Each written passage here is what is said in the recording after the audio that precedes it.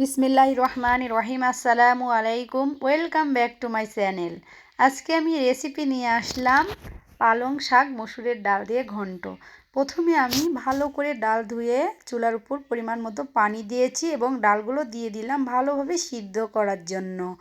এখন এই পর্যায়ে আমি কাঁচামরিচ, পেঁয়াজ এবং রসুন অ্যাড করে দিব। প্রথমে আমি 8-10টার মতো কাঁচামরিচ ফালি করে নিয়েছি, দিয়ে দিলাম। এবার মিডিয়াম সাইজের একটা রসুন কুচি করে নিয়েছি, দিয়ে দিলাম।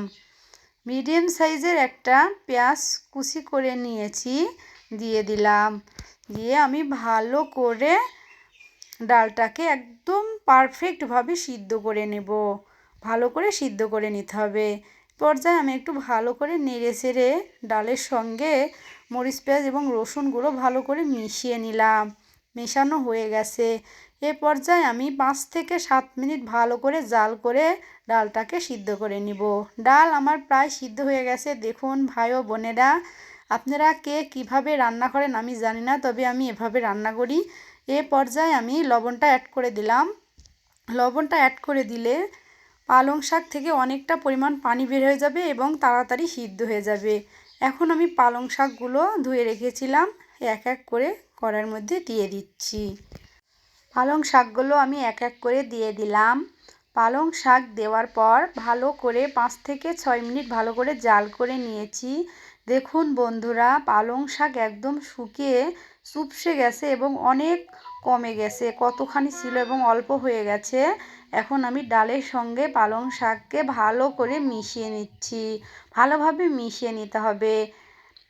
5 থেকে 7 মিনিট ভালো করে জাল করে নিলেই পালং শাক একদম পারফেক্টভাবে সিদ্ধ হয়ে যাবে। ফাইনালি আমার সিদ্ধ করা কমপ্লিট হয়ে গেছে। এখন আমি ঘুটনি দিয়ে একটু ঘন্ট করে নিচ্ছি। দেখুন বন্ধুরা, ঘন্ট করা হয়ে গেছে। এ পর্যায়ে আমি তেল দিয়ে দিলাম এবং মিডিয়াম সাইজের একটি পেঁয়াজ কুচি দিয়েছি, কিন্তু অফ ক্যামেরায় চলে গেছে। পেঁয়াজ ভালো করে ভেজে নিয়েছি এবং 5-7টার মতো শুকনো মরিচ অ্যাড করে দিলাম শুধু স্মেলের জন্য, এবং তরকারির টেস্টটা দ্বিগুণ বেড়ে যাবে।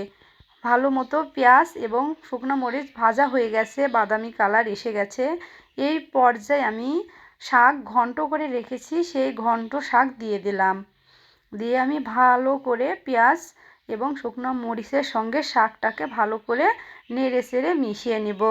ভালোভাবে মিশিয়ে নিলে এই তরকারিটা আমার একদম ফাইনালি রান্না করা হয়ে যাবে।